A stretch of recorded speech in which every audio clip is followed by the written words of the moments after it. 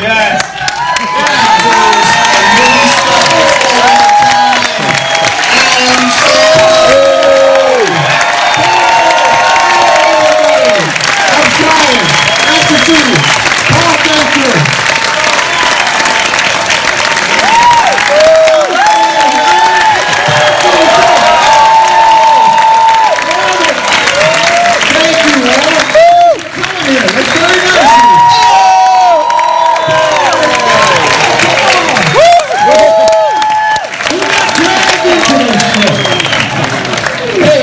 Thank you so much for watching that movie.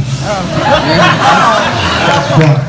How you doing, Paul? Yeah, I'm good. So, I watched this movie visiting my parents. Watched it with my mom. Yes. She loved it. That's the best. She's a sucker for inspirational underdog. Yeah. She loves to have a cry. I am a sucker for basketball. I'm also a sucker for the Sandman. Yeah, So I loved it too. I'm with you, Paul. Yeah.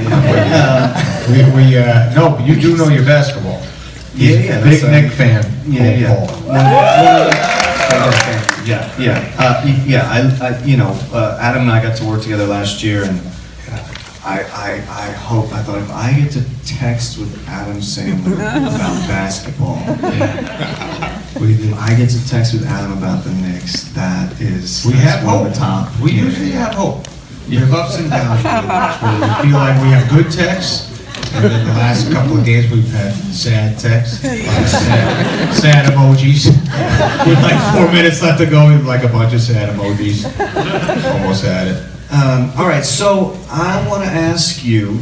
Yes. You are at the point in your career where you can generate stuff, you can develop stuff, you get stuff sent to you. Knowing that you're a huge basketball fan, at what point in the process does hustle come to you? Where is it? Right. And then how does it take shape once you're involved? And what gets you there to sign up? Was it script, director, concept, basketball? Concept was big. I loved it. I loved, read a script. It was really cool about a scout finding somebody overseas, and it was an interesting script. That was kind of there were like 10 drafts before I saw it, so it was nobody was sure yet what the movie was supposed to be, but the idea was really cool, and it was during COVID. So when COVID first started, and I read it, I was like, oh yeah, and then so LeBron James Company and Joe Roth. I know Joe Roth since I did The Waterboy. He did he used to run Disney, and he put out The Waterboy, and I loved him. Very nice guy. And then of course LeBron is LeBron, and that was exciting that they were partnering, and then they talked and they knew I liked basketball, and so they said you can do what you want to do with that idea. And so anyways, I was excited about that. And then during the pandemic, I talked to Ted Sarandos, who runs Netflix, and I knew we were going to be watching a lot of TV during the pandemic. So I called him up. I said, "What should I watch, man? What's good on Netflix?" He goes, "Did you see We the Animals?" And so I watched We the Animals, this great movie that Jeremiah Zagar directed, and I just really loved the way it looked and what it was about and what it made me feel. And so I called up Jeremiah just to compliment him, and he was a really cool guy, and we clicked. And I told him about this idea. I said, "You probably don't want to do it because it's a little bit more commercial than I can tell you would want to be a part of."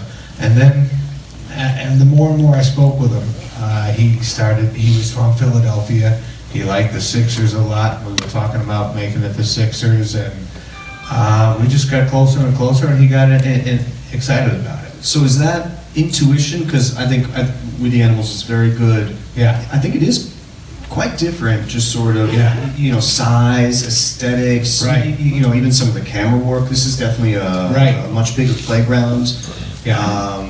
So you just... I just knew more. I just spoke with him about hoop and more about movies, and he loved Scorsese, and he loved,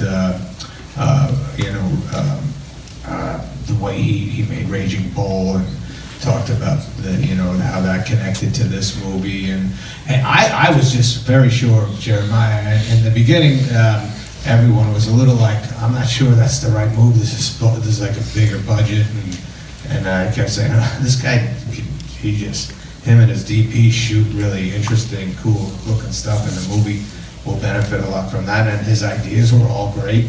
And then Will Fetters, who he wrote A Star Is Born with Bradley Cooper, and he was a big basketball fan, and I got to know him and told him about the idea, and he got excited, so he jammed on the script, and then we all just did a lot of Zoom phone calls and that kind of stuff and put it together. And are we actors tonight, right? Yeah. Yeah, awesome. So, did I see you two on the street? I think I walked by you two. You didn't see me on 58th Street. There you go. That's Elisa. Good to see you again. That's Elisa. No, I walked by you and I said, that's cool hair, and then I said, you got cool hair. In my head, I swear to God. Elisa! It's good to see you. all right, so you're a veteran at this point, right? Yes, I've been around. You How much older than you now, Paulie? So we want to go there? Remember I sat next to you at a sushi place? Yes. Okay, this is great. So this is, I'm eating at the sushi bar, Yeah. and some guy comes up next to me, just over the counter. He's trying to get it out of there really quick. He orders just like 12 pieces of tuna. Eight. Who orders just 8 pieces of tuna sushi? And I look at Sandler.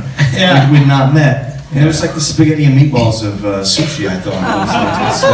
I just it's like like the sweetest order. Like, 8 pieces in and out, and then but then I usually my family eats so much sushi, I eat my 8 and I go, I'm done, and then they continue eating, and then I go, let me get 4 more, and then the edamame, and then I get a lot of, it gets a little out of control.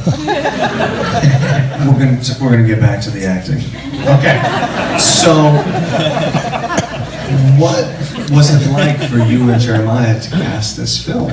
Because there are so many non-actors in the film. Yeah. And was that, did they look to you? Did they fit into the groove naturally? Were you, what was the relationship? And did that help you? Or was that a challenge? What was the vibe? Yeah, that's all, it made it so authentic. It made you, I did a lot of homework before the movie started. I talked to a lot of scouts, a lot of people in the league, a lot of stories about how people got discovered, learned a lot of interesting stuff and what scouts look for, and things that you would say, that guy's incredible, and they'll tell you a little like, he likes to do this, or maybe off the court he gets into problems, so you got to be careful, that kind of stuff. They're looking for, or his kneecap, he's got a bad knee, this tends to happen. They just know all this information. And so anyways, that kind of stuff I went into. I know a lot of basketball. I know a lot from the old days. I know I'm pretty good with what's going on right now. But when these guys show up, they just know next level. The coaches who were in the movie, the announcers who were in the movie, every player knows the history of the game. So I would listen a lot. And as actors, we would just tell them, we wrote a lot of stuff, and a lot of stuff is in there, but a lot of times we would say, in this scene, ultimately we need it to end with this happens, but let's try to get there in a way that, is real to you guys. So they spoke the way they speak when things go on, and it was just natural. Nobody showed up and we went, we gotta figure this out, he sounds this or that. It was, these guys were smooth as hell. They were just the best dudes. They were such great athletes, such great guys, and you forget when you're watching them on TV, they're so young. These guys are like, young 20s, mid 20s. They're just excited about life still. They just can't believe it. Not like Paul. Paul's moved on. But no, these guys are just psyched. They were psyched to be making a movie. These are all superstars. And they would come on the set, they'd get there at 7 in the morning, 6:30 in the morning, they'd be in their little trailer, they'd come out, shoot the scene. Nobody was saying like, when's this done? You know, how many shots we got left? They were just like, yeah, what's next? Nobody wanted to leave. It was just great. And they all got to know each other. All these NBA guys on different teams were, you know, stuck on a court hanging out and getting to shoot around together. It was an amazing time. And the chemistry with Juancho, who I think is fantastic. Juancho, that's Bo Cruz. Yeah. Juancho Hernandez. He is an amazing human being, and what a great actor, and had no intention of ever becoming an actor. Didn't even, while we were shooting, would be like, you saw it in his head, he's just like, when is this over? I gotta get back to playing basketball. Why am I talking to Adam Sandler every day? But we fell in love. I loved him so much. He was such a sweetheart. You know, a young kid, works his ass off. Those guys would shoot, they would get up before we would shoot, work out with their trainers, shoot a full day of 10, 12 hours, and none of them went home. They're all like, oh, I'm going to the gym, I'm going to work out. They would work out for like 3, 4 more hours. And this was off season. It wasn't even like they were supposed to be training. Everybody knows I gotta stay in shape. So anyways, Juancho, as a human being, great guy. As an actor, just shocked me. He was so in it every time and deep, and loved his daughter in the movie so much, and is respectful to his mama. And he was, when we would do scenes together, we'd look into each other's eyes and meant every word we said, and it was great. Nice. I've always looked up to athletes because I do think they're artists in their own right, just the way that they work on their craft, and you're talking about how many hours they're putting into what they do and the way they're taking care of their bodies and their mind, and so I'm just, I really look up to athletes, and I think it relates a lot to what we do. So being a scout, and especially watching this film and watching the chemistry with Juancho, scout coach is like a dad, right? I mean, in a way. Yes, 100%. And I know, so, you know, tell me about Stanley and you from your own life, because I think there's a piece of you and perhaps your dad in this film. Absolutely, yes. My dad, I named the character Stanley because my dad's name was Stanley. He coached all my teams growing up. He was just a strong guy, great guy.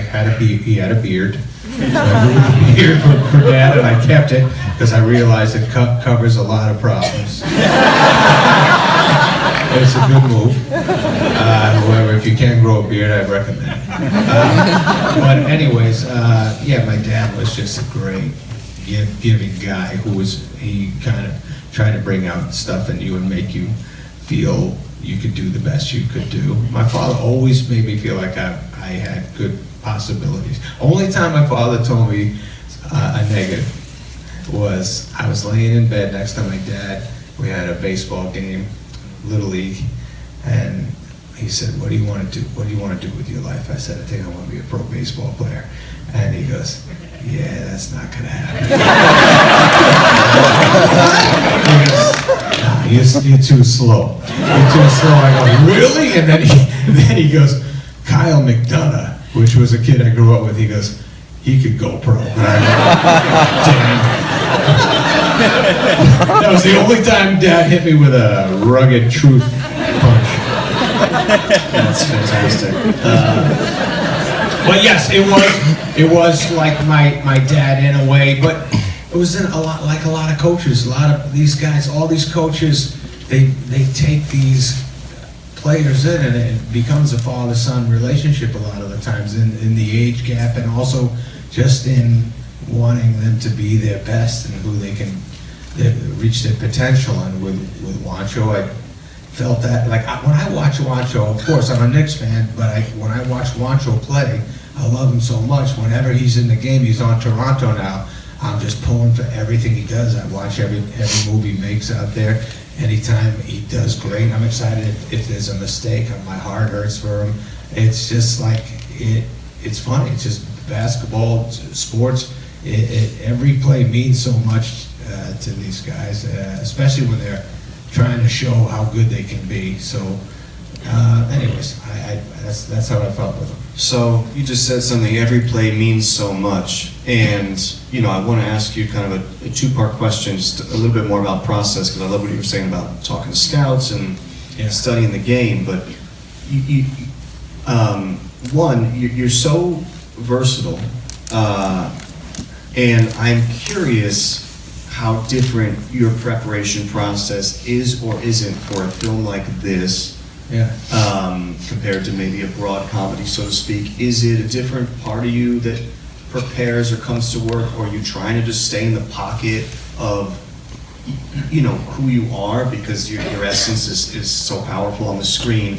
And sort of the second part of that is scouts, the job, so much of it is watching, but the stakes have to remain high, so every movement you're watching matters, right? And in your eyes, and just when you said that every play counts, I was thinking about, I wonder if Adam is, and for the actors in the room, just reacting to what you're seeing on set, or are you bringing something with you? Like, are you playing something on the screen of your eyes? Are you just vibing with what's there?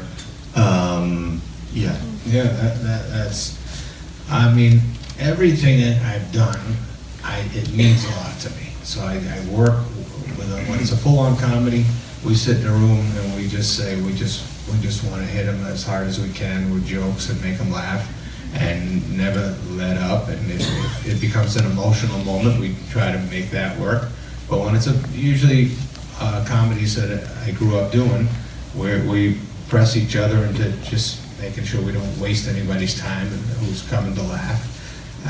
And in a movie like this, you can ease up on that and not worry as much as making people laugh, but you definitely say, just want to keep every moment real and keep the crowd interested and keep them focused on what's happening in the movie. As an actor, this one was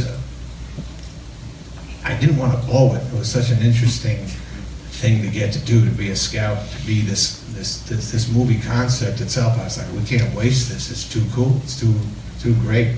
So every day we worked our asses off to make sure every scene meant a lot. When I did other movies, when I did Spanglish, I was a chef. When I did Uncut Gems, I knew a lot about jewelry. But going into that, I didn't know anything about cooking. I didn't know anything about jewelry.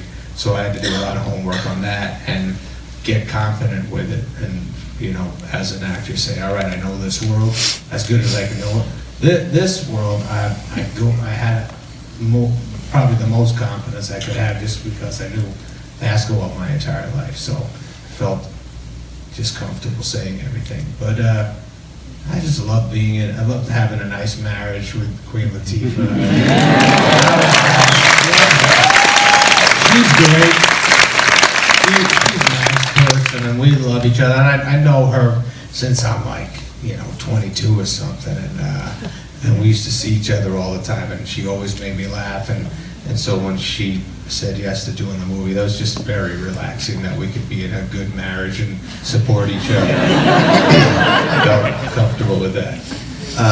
Where are you going after this with that coffee? I mean, what do you... This is just to get you through the Q&A? I'm not feeling comfortable. I feel like you are correct. I have been struggling with my stomach. No, and I feel in this shirt, I'm like, there's a chance the gut is hanging over, so I figured I could do this. That's why I got the coffee cup, just in case, man. I'm not blocking it with a suit coat. I'll put it there. But, that's good. It is, I like to eat. don't want to start. All right, so you've done, I mean, sports has been a theme throughout many of your films. Yes. At what point, I mean, how do you, I mean, is it like, how do you guys stay on schedule and hustle? Because I imagine, I mean, the dream, I think, would be to be in a gym all day because you think you're going to put up shots. Yes. I would love to do any kind of sports film. I mean, first, learning is just, I mean, one of the best parts of our job, I think, is when you get to learn something new, especially if it's something you're kind of into, like an instrument, if you ever get to like, mess around with that, but a sport, it just seems so fun, but the danger of just getting lost in the day. That's true with everybody hooping. It's funny when the shot's ready and everybody's playing hoop, the person has to come over and go, okay guys, we got to shoot this. But man, we played a lot of hoop. We played a lot of hoop, but these guys are so next level that you feel like an asshole playing in front of them. You know, you're like, first of all, you don't want to take any shots because you got, Anthony Edwards. I'm like, should I shoot or pass it to Anthony? Let me get it over to Anthony. You know what I mean. I think one of the hardest things, though, is to just be relaxed on camera, right? Yeah. I mean, you walk to set, right? There's all these people around, like, you're on camera, and you are so in yourself, as an actor. But I think you use sports in your other movies as well to stay relaxed. Do you know what I'm saying? Yes. No, I know what you're saying. I absolutely, I love sports. I'm tied into it. I watch them every weekend. I watch them at night. I'm an insane Yankees fan. I love the Yankees. I'm psychotic. I watch almost every inning. My family is like, what are you doing? Why does this mean so much to you? But I just click with sports. I've always played them. I've always loved them. And yeah, man, when you're on a set, you're getting to screw around playing a sport you love, it's amazing. Yeah, but I mean, even not like you, I think that you shoot to stay relaxed. What else do you do though? Like, how do I stay calm? Adam's in this trailer. You got a big scene. Yeah. Oh, what do you do in that morning and that day to sort of drop? Let's say you're doing the scene in this when you're driving around the car with Juancho. Yeah. You're telling him about the car accident. Right. Is that different than any other day for you? I'm curious about this. Yes, absolutely. I mean, you're telling me what you do too, but when I have heavy scenes, man, I am not happy that day. I'm in a terrible way. I'm not naturally a guy who gets emotional. My daughters are always going, what do you look like when you cry? Because I never cried. I see them crying, I'm always like, what are you doing? Let's get past that. But I don't know why, I just don't cry. But then in so many movies, I'm like, I gotta cry in that scene, and it knocks me out on the day, a couple days before. I'm like, oh my God, how am I gonna do that? But I sit in my trailer, I like everybody here, you learn. I went to school for it. I learned how to try to get to that spot, but then when you have to do it, it's up to you. And I just sit there and get in a different mindset and bring it onto the set, and hopefully something happens or something emotional goes on, and then I'm happy. And when that's over, I get back to the non-emotional days. I play a lot of hoop on the set. I chip golf balls all day long. I'm always psychotic. I'm always doing something that involves moving around. I don't sit still too much. That's funny. Yeah, I usually keep at least a tennis ball just to bounce or to throw against a wall, just to any kind of. It's almost like driving. Anything to kind of keep my unconscious going, so I don't start to overthink. Like, right. I mean, that's if I'm in private. I don't do it in front of people and stuff. But I like some kind of something like that. I something to keep your mind off of what's going on that day. Yeah. And you throw the ball against the wall like The Shining. It might be like that. Yeah, Alone in Your Trailer. Yeah. Alone in the Trailer is a great place, and then it's also, you can lose your mind in there. When you have a big scene like this, oh man, that scene with Queen Latifah, and my daughter's watching me, and she's upset in this, and I'm calling out all my favors, trying to get my Bo Cruz back in there, and I got emotional and stuff. That was interesting day because it was COVID. We weren't allowed to be near each other between takes, and we all had masks on. And but my daughter, my real daughter, was there that day on the set. And no matter what, when your kids are around, your family's around, something's going on emotionally, and I think I used some of that in that scene, and I don't know. It was I remember it, feeling stuff that day, and my daughter. That's not my. I have two daughters. One of them asked what I look like crying a lot. The other one doesn't ask as much, but she saw me crying that day. She's like, "Oh, I gotta tell Sadie." That's what. And then what is, a lot of us don't get to, but I imagine where you are, and considering your involvement in this film, what's your role in post? Like, you finish filming, and are you just Dunzo, Adams, No. or do you see cuts? What's it like to participate? Because that's, not everybody gets to do that. Well, Jeremiah is a great director, so I loved his taste, and we did work together and come up with stuff and together, but ultimately he did stuff. I wanted to make it a movie that doesn't look like my other movies, so I just had a lot of ideas and thoughts, and we jammed on stuff. But no, I'm never. I go the distance on when it's my movie, if I'm producing it. Like when I'm with the Safdies or with PTA, or I just go in and do what they tell me and move on. And then I get to watch it and say, "Hey, nice, thank you." But I don't stay.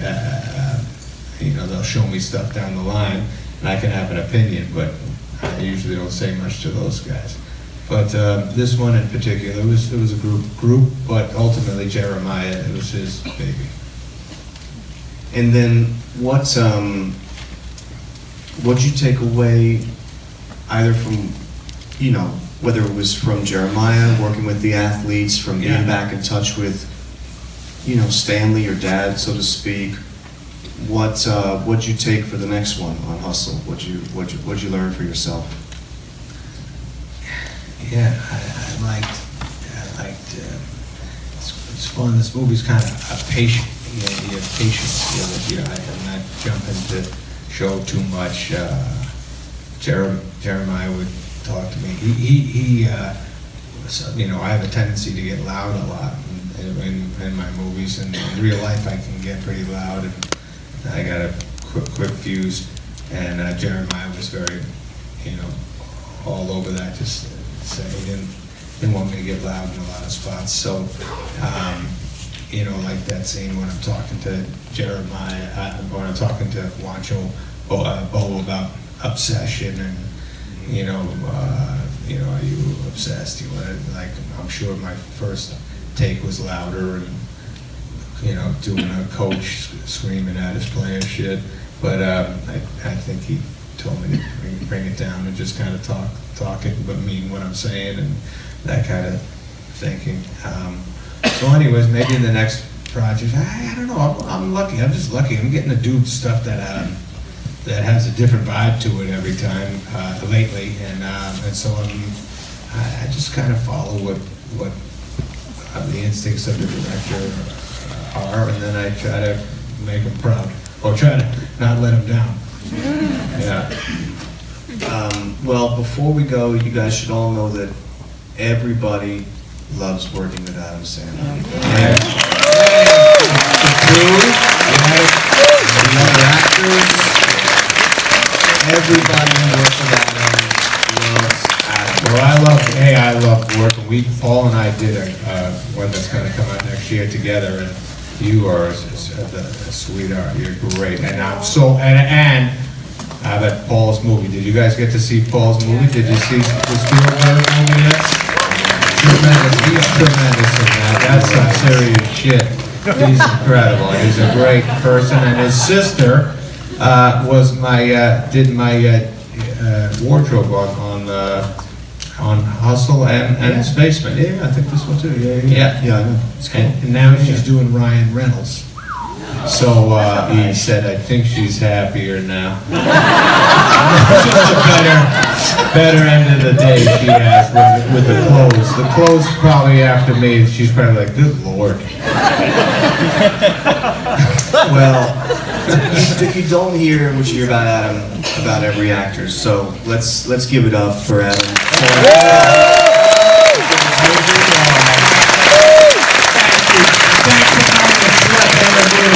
Thank you guys for being here tonight.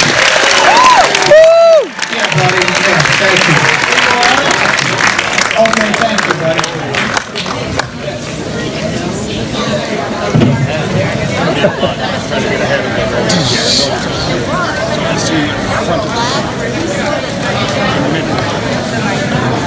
Hey, what up?